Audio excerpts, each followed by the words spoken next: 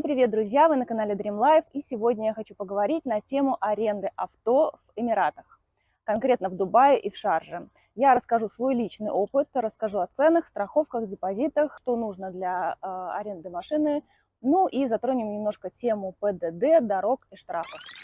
Ну что ж, именно так я планировала начать, записывая это видео еще в Эмиратах. Досмотрите это видео до конца, где я расскажу, что же случилось после сдачи арендованной машины, какой сюрприз ожидал меня по приезду домой, сколько денег еще с меня содрали и вообще как разводят туристов в Эмиратах. Ну что ж, продолжаем.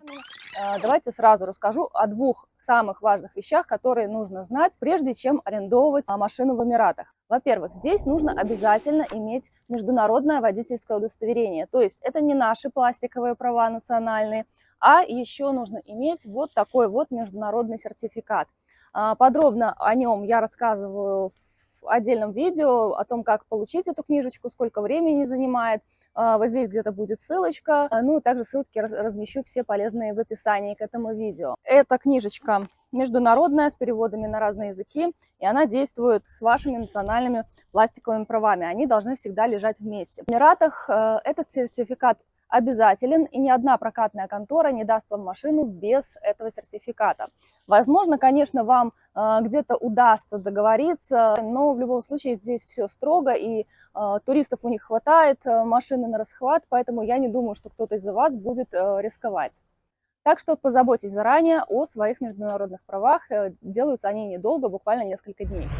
Второй момент – это то, что все компании здесь берут депозит, его блокируют на карте. Карта должна быть, естественно, международная, российская здесь не прокатит. Если вы обладатель только российской карты, подумайте заранее о том, как вы будете доставлять этот депозит. Конечно, есть конторы редкие, которые берут этот депозит наличными средствами, но тогда нужно уточнять у них, как они потом его вам вернут, потому что сразу после того, как вы отдадите машину, они вам его не вернут. Возможно, они будут отправлять его какими-то, может быть, переводами денежными, но опять же таки те же ваши наличные средства. Так вот, если депозит блокируется на карте, он обычно составляет где-то от 1000 дирхам и выше. В среднем за бюджетный какой-то автомобиль это 1000-1500 дирхам. Если это какой-то люксовый автомобиль, то он может быть и 5000, например, и больше дирхам. Для чего компании берут депозит? Во-первых, здесь есть много платных дорог. На некоторых участках дорог можно встретить такие ворота салик. Это и будет проезд через пункт оплаты. Автоматические камеры списывают ваши номера на машине, и вам на счет приходит оплата где-то около 4 дирхам за каждый проезд под такими воротами. Приходит это все, конечно же, на прокатную контору, так как она является владельцем автомобиля.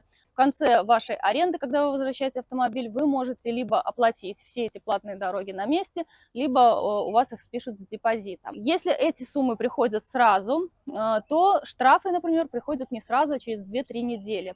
Именно поэтому депозит блокируется на 30 дней. Проверить эти штрафы вы можете на специальном государственном сайте. Ссылочку я оставлю в описании. Там вбиваете номер машины, и вам показывают все штрафы за все даты. И вам нужно из этих дат выбрать свои даты, когда вы арендовали.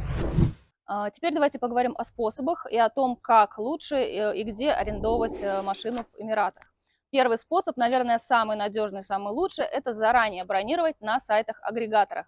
Их в интернете огромное множество. Я их проштудировала практически все по ценам и выбрала для вас два самые оптимальные. Это Local Rent и Discover Cars. Local Rent вообще прикольный сайт. Он весь на русском языке. Создатель этого проекта русский парень, и вся команда поддержки там русскоязычная, что очень удобно, так как вы можете по любым вопросам обратиться туда в поддержку на русском языке, и вам помогут.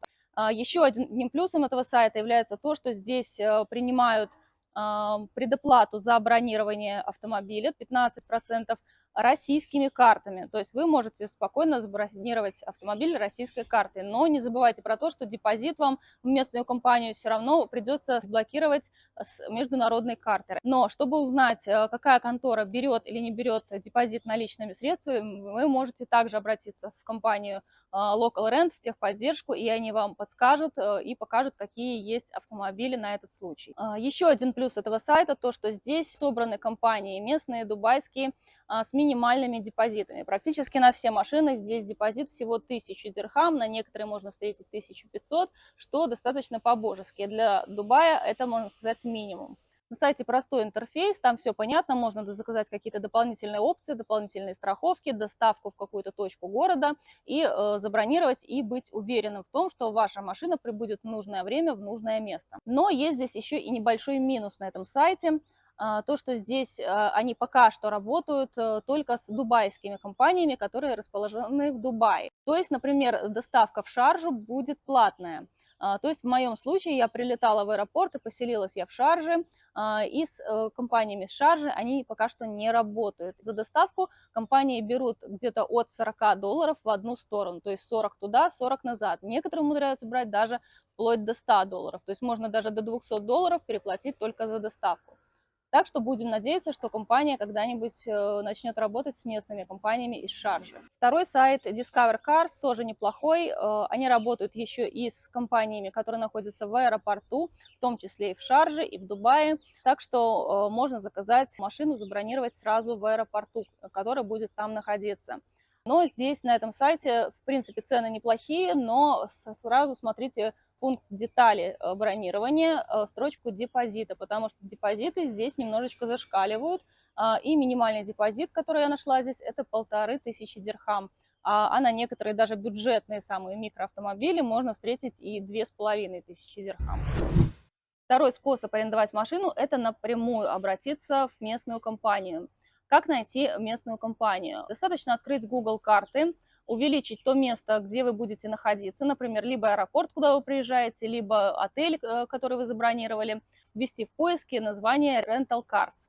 Вам выдаст все компании по аренде авто, и вы уже можете нажать на каждую птичку, и там вам покажет точный адрес и даже сайт. На сайте вы можете предварительно посмотреть, какие у них есть машины. Некоторые компании предлагают еще и бронирование на сайте. Конечно, оно там такое немножечко корявое, за сайтами они не следят. На одном таком сайте я попыталась забронировать, мне никто не ответил, потом я написала в поддержку на WhatsApp, я написала в поддержку на почту, и, в общем, ответа жду до сих пор уже 3-ю неделю. Еще одна проблема, с которой вы можете столкнуться, это возврат депозита. Вы можете наткнуться на недобросовестную компанию, и я уже начиталась в интернете отзывов, когда некоторые компании тянули с возвратом депозита, даже спустя 30 дней они его не возвращали, люди бодались с ними в WhatsApp, по переписке, вплоть до даже обращение в местную полицию, и только тогда они возвращали депозит. Если вы бронируете через сайт агрегатора, то они все-таки являются посредником и тоже несут некую ответственность и могут вам помочь с возвратом этого депозита. И третий способ, о котором хочу еще рассказать, это на тот случай, если вы прилетаете в аэропорт и хотите сразу оттуда уехать на машине. Тогда лучше всего бронировать сразу в аэропорту, либо на сайте компании, либо там у них сразу при выходе, там у них очень много офисов, таких кабинок, где можно обратиться и арендовать машину. В принципе, я думаю, проблем с наличием не должно быть, потому что компаний там очень много. Здесь есть большой минус – это цены. Работают международные компании, которые работают по всему миру, такие как Europcar, Avis, Goldcar и так далее. Здесь цены начинаются за неделю где-то от $300 за микроавтомобиль, какой-нибудь Peugeot 2008. Нормальная машина будет уже стоить где-то от $350. Какие у вас могут быть там дополнительные платежи? Если вы даже увидите какую-то неплохую цену, то не спешите радоваться. Это может быть не окончательная цена. Во-первых, за то, что они находятся в аэропорту, могут быть аэропортовые сборы. Они составляют немного, может быть, около там $20 за все время, но тем не менее это идет плюсом. Иногда цены указаны голые, без НДС. НДС у них здесь, или как он называется, ВАТ, составляет 5%. Есть еще такое понятие, как Vehicle Monitoring Device. Это типа трекера, он вешается на автомобиль, чтобы полиция отслеживала каждый автомобиль. Но это относится только к машинам, зарегистрированных в Дубае. То есть если в Шарже, например, то таких платежей не будет. Тоже небольшой платеж, где-то около 30 дирхамов за неделю или около 60 дирхамов за месяц. Как я уже говорила, я затянула немножко с бронированием, и на сайте Local Rent уже не было свободных бюджетных автомобилей с доставкой в Шарджу, поэтому мне пришлось, чтобы не переплачивать, обратиться в местную компанию. Я выбрала компанию тоже недалеко от своего отеля по картам Google. Она находится не прям близко с отелем, мне пришлось туда еще ехать 4 километра на такси. Итак, приехала я в эту компанию сразу, я знала, где находится их офис, потому что предварительно я связывалась с ними по WhatsApp, они мне отвечали. в отличие от некоторых других локальных компаний, которые вообще могут игнорировать. И я у них забронировала сразу по WhatsApp машину. Забрали у меня все документы на то, чтобы отсканировать. Мы пошли к машине заключать договор. Все договора и акты приемки были на бумаге. Он пометил, хоть машина и новая, но тут есть кое-где какие-то точки, поэтому мы прошли по кругу, и все царапинки он достаточно так условно натыкал на акте приемки. Не забываем делать видео по кругу машины, чтобы потом вам не предъявили какие-то лишние царапины. Дальше был у меня еще небольшой казус с блокировкой депозита. Карта у меня хорошая, международная, она всегда везде работает. Там они ее приложили к терминалу, а она не сработала. Он потом звонил своему шефу, тот ему что-то говорил. В общем, несколько раз он ее туда то вставлял, то прикладывал, у него ничего не получалось. Потом, наконец-таки, у него получилось, и он списал депозит. В общем, казалось бы, сразу проблем не было, но через день я увидела по балансу карты, что этот депозит списался дважды. В общем, этот вопрос мы решаем до сих пор. Я ему написала, он сказал, что проверит счет, но пока еще ответ мне не пришел. Дальше я получила свой автомобиль, кроме договора с актом приемки, он оставил только под козырьком вот такую вот карточку. Это типа нашего техпаспорта на машину, тут написано, что за модель, 2020 год. Объем, я не совсем понимаю, где именно здесь объем написан, ну, похоже, что 2.0, но, если честно, она на 2.0 вообще не едет, я думала, что она каких-нибудь 1.5, не больше. Mitsubishi ACX или ASX, по-моему, называется. Но, если честно, внешне она смотрится хорошо, а вот внутри пустышка пустышкой абсолютная. Даже тот Fiat, который я брала в Турции, он был намного поприятнее в езде. Мне здесь нравится только одно, то, что она синего цвета, потому что в основном все арендные машины в Эмиратах, да и вообще в любой солнечной стране, они обычно белого цвета. Здесь она синяя, поэтому, когда вы паркуетесь на какой-то огромной стоянке среди всех белых машин, по крайней мере, она бросается в глаза, и ее проще найти. Итак, машина на автомате. По приборной панели, что у нас здесь? Все достаточно просто, на руле особо нету кнопок, круиза тоже нету, хотя по Дубаю он очень нужен. Иногда затекает нога. Спидометр здесь тоже простой, как не у машины 2020 года. Километраж здесь был 43 900 на момент бронирования. 500 километров я уже наездила. Вот этот момент меня вообще очень сильно расстраивает. Они выдрали родную магнитолу и вставили сюда какую-то древнюю фигню, вот эту Kenwood. Не знаю для чего, возможно, им нужен был телефон, потому что здесь стоит вот какой-то микрофон, который, опять же таки, мне перегораживает километраж. В общем, глючная магнитола, я ее очень долго мучилась, чтобы включить на радио, тыкала тут на все кнопки, пока с 10-го раза только она наконец-таки стала играть музыку. Потом, когда она постоит какое-то время, уже опять эта магнитола не работает. В общем, приходится помучиться. Дальше здесь у нас климата нету, обыкновенные крутелки. В общем, все просто, как в «Жигулях». Салончик достаточно уже такой потрепанный, тряпочный, видите, за 2 года. Пластик весь деревянный, двери тоже пустышки абсолютные, все ляпает, все такое очень дешевенькое, бюджетненькое, хотя снаружи она выглядит очень даже солидно. Так, итак, по страховкам. Я брала обычную базовую, без всяких дополнительных. Это типа нашего ОСАГО, страхование водительской ответственности. Есть еще каска и суперкаска. Называется ЦДВ. Итак, страховка ЦДВ. Можно приобрести ее, стоит она где-то 130 дирхамов на неделю. Освобождает от ответственности за ущерб при столкновении, за дополнительное покрытие и плату сверх суммы аренды автомобиля, за исключением группы автомобилей класса люкс. Класс люкс сюда не входит. Ваша плата за возмещение ущерба уменьшается до суммы 500 либо 1000 дирхам, в зависимости от группы транспортного средства. Дальше суперкаска или супер ЦДВ. Оно стоит уже 200 с чем-то дирхам на неделю. Также исключает автомобили класса люкс и снижает ответственность клиента до 0. Арендаторы не будут платить компании за ремонт или за ущерб автомобиля. Но этот вариант может не включать стекла, шины, днище автомобиля и другие аксессуары. То есть, грубо говоря, покупая суперкаска, вы все равно полностью не страхуетесь. Все равно шины, стекла сюда не входят. Итак, у меня уже садится телефон, он на зарядке, поэтому буду без микрофона, звук, наверное, немножко изменится. Итак, давайте поговорим теперь о дорогах и о штрафах. Значит, дороги здесь шикарные, гладкие, асфальтобетонные, без единой ямки. Ограничение скорости в городе где-то около 100 километров. Чуть дальше выезжаешь, уже будет 120. Если, вот, например, я ездила в Абу-Даби, там по трассе вообще ограничение для легковых 140 километров. Скорость здесь не чувствуется, то есть 120 по ощущениям, как будто ты едешь 60, там 70, 80. Сложно ли передвигаться по этим развязкам?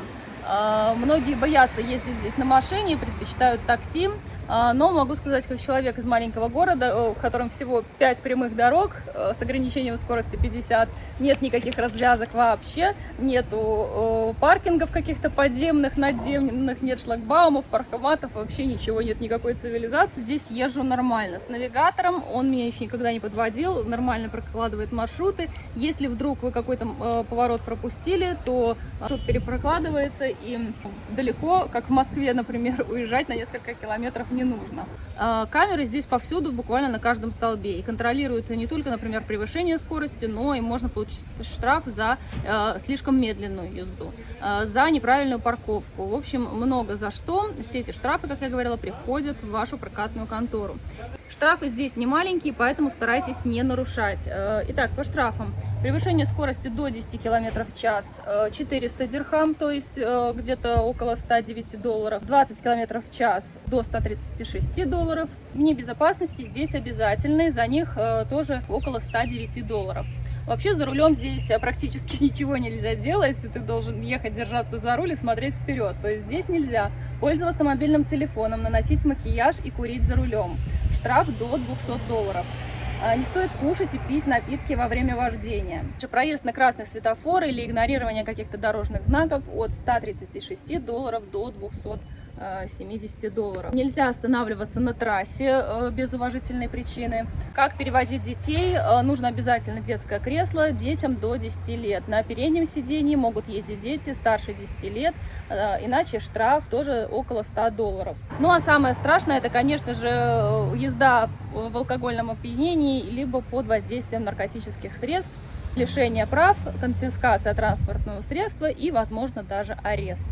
Правила дорожного движения здесь, в принципе, такие же, как в России и в странах СНГ. Единственное отличие – это то, что здесь действует не помеха справа, как у нас, надо пропускать, а помеха слева. И еще один пункт – это кольцевые развязки. Их тут очень много, тут обычных перекрестков даже и нету, везде одни кольца. Так вот, главным является тот, кто находится на кольце. Их нужно пропускать. Ну, все остальное, в принципе, такое же, как у нас, и все знаки дублируются не только на их местном языке, но и на английском. Дальше парковки. С парковками здесь также беда. Очень мало бесплатных парковок, в основном все парковки платные. Если какие-то достопримечательности, например, небоскребы, там везде действуют подземные паркинги. Если вы направляетесь в какое-то место, куда вы, например, купили билет на достопримечательность, например, обзорную точку куда-то наверх, вас пустят бесплатно, но найти там эту парковку тоже достаточно трудно. Заездов с разных сторон очень много, и каждый раз приходится у парковщиков спрашивать. В общем, проходит иногда минут 20-30, пока припаркуешься. В торговых центрах парковки бесплатные в основном. Дубай Молл, по крайней мере, точно. Дубай Марина первые 3 часа бесплатные. Все остальные парковки либо вдоль дорог, либо где-то на специально отведенных местах в городе платные. Как можно распознать, что она платная? Это рядом должен стоять паркомат. И если стоянка большая, то должны быть стоять знаки, например, со стрелочками, что паркомат находится, оплачивать там. Как оплачивать по паркомату? Паркоматы принимают только монетки, поэтому запаситесь ими заранее. Карточки они не принимают, и бумажные деньги тоже. Можно также оплатить по СМС. Вся эта информация есть написана на паркомате. По СМС будет списываться деньги с вашего баланса. Кстати, это неплохой вариант, потому что связь здесь в Дубае дорогая, поэтому выгоднее покупать их местную симку, которую я, кстати, купила в аэропорту. Там 80 дирхам, они все идут на счет.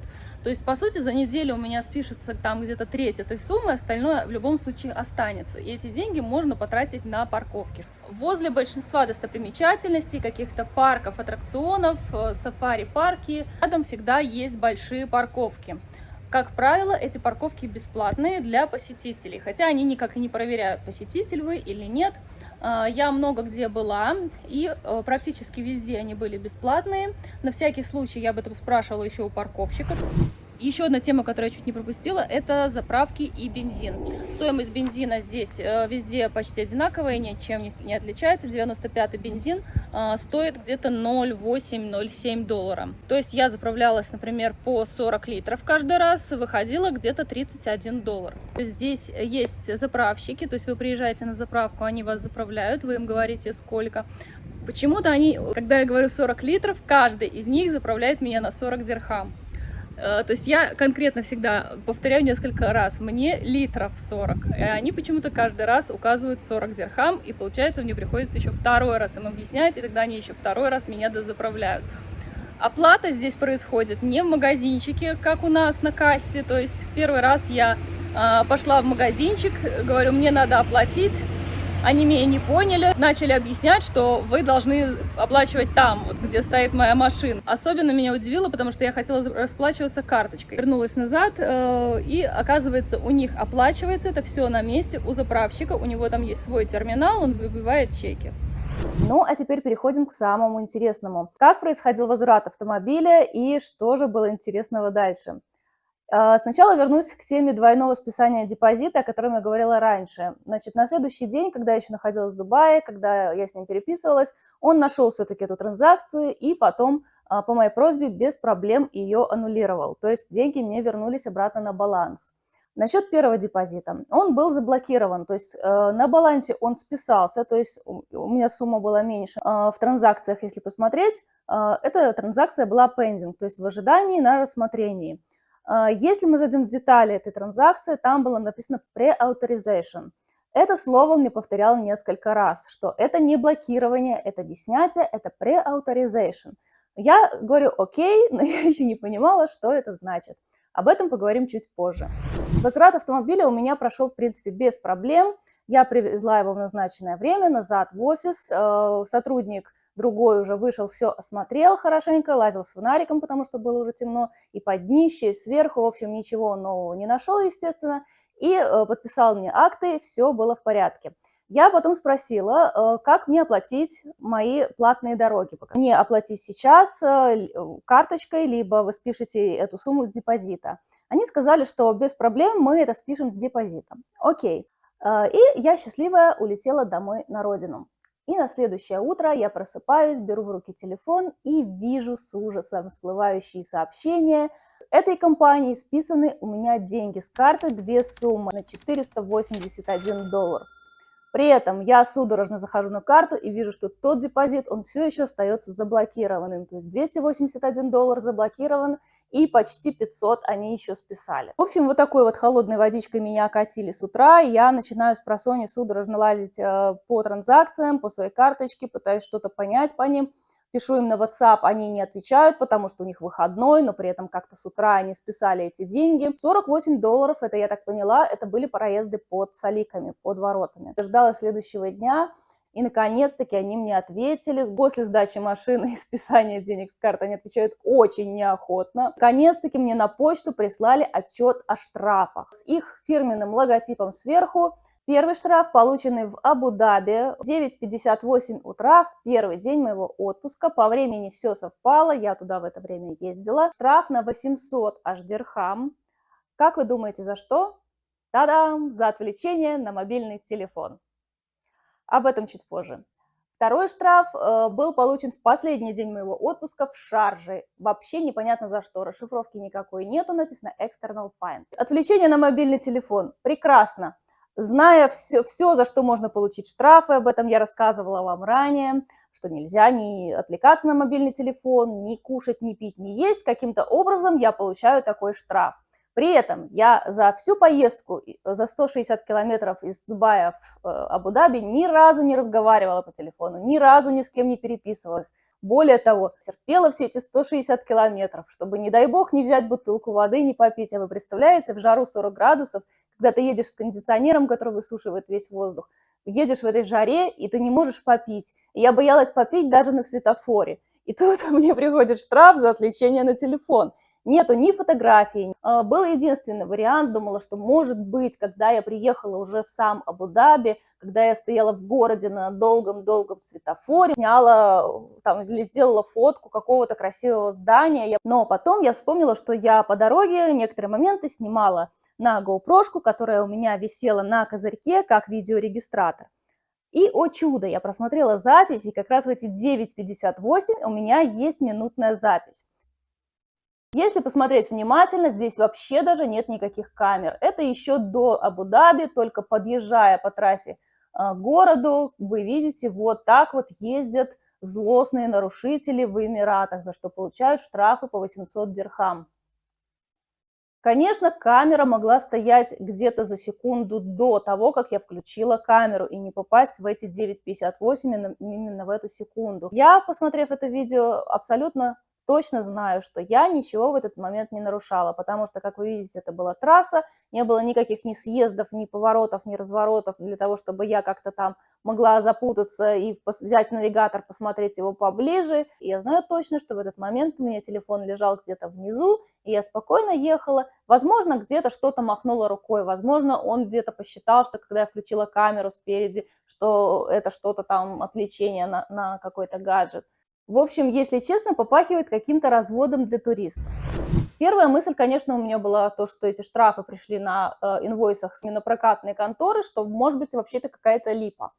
Моя задача была найти все-таки на официальном сайте полиции эти штрафы. Открываем сайт Абу-Даби, потому что именно на сайте полиции Абу-Даби показаны штрафы абсолютно все по всем Эмиратам. Но чтобы там отобразились штрафы, нужно знать специальный такой трафик-номер. Этот трафик-номер, он написан либо где-то в этом сертификате, который вам дают техпаспорт, карточка на машину, я его, естественно, не записала, либо где-то там на машине, на стекле, где у них есть от прокатной конторы такие таблички они вешают, либо я его нашла в тех инвойсах, которые они мне прислали, там был именно не номер машины, он там тоже был, а был именно трафик-номер. Это вообще номер всей прокатной конторы, принадлежит всем ее автомобилям. То есть вы его вбиваете на сайте полиции, и вам выдает весь список по всем машинам прокатной конторы за все даты примерно, ну, наверное, за месяц.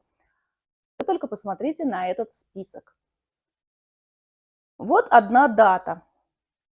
И по всем машинам сколько здесь штрафов. Итак, мы открываем потом каждую следующую дату, и мы видим много-много штрафов, абсолютно разных. Итак, пролистав немного назад, я наконец нашла первый штраф, это на 600 дирхам. Открываем детали штрафа, и тут нет ничего. External fines. В общем, больше в деталях тут полезной информации нету. Видно еще о том, что он не оплачен. Ну и затем я пролистала еще неделю назад и нашла наконец-таки самый большой свой штраф. 800 дирхам и даже каких-то 4 black points начислены на мои права. Вот такой вот я злостный нарушитель. Смотрим детали. Здесь есть все, да, отвлечение на телефон 800 дирхам. Ну и, конечно же, больше никакой информации, ни фотофиксации, ничего. 300 дирхам – это самое такое лайтовое нарушение, скорее всего, это за скорость на превышение 10 км в час. Кстати, о превышении скорости возьмите себе на заметку. В Эмиратах, если стоит ограничение скорости 120, то вам нужно ехать именно меньше 120. Если вы на круизе поставите себе 120 и поедете спокойно, то каждая камера щелкнет вас как нарушение. Что мне еще не понравилось, очень сильно разозлило, это то, что деньги были списаны поверх депозита. То есть сам депозит $280, он так и оставался заблокирован еще на 30 дней. То есть когда я их попросила по WhatsApp, чтобы они разблокировали его, ведь я говорю, вы же уже списали все штрафы, говорю, разблокируйте тогда депозит.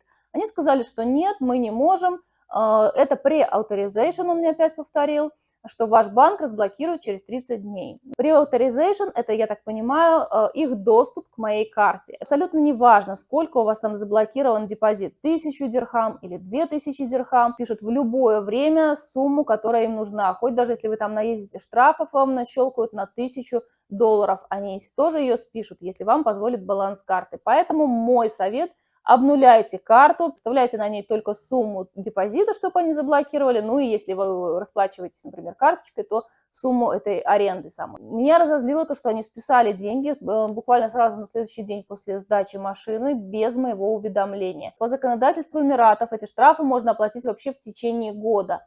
И еще самое интересное, первые 60 дней, если ты оплачиваешь штраф в течение 60 дней, тебе дается скидка 35%. А если позже, в течение года, то меньше, где-то там, может, 20%. Вопрос, где моя скидка? Мало того, что мне не дали скидку, так еще и компания в этом инвойсе выставила, кроме этих штрафов, еще по 50 дирхам свои административные услуги за то, что они вместо меня оплачивают эти штрафы.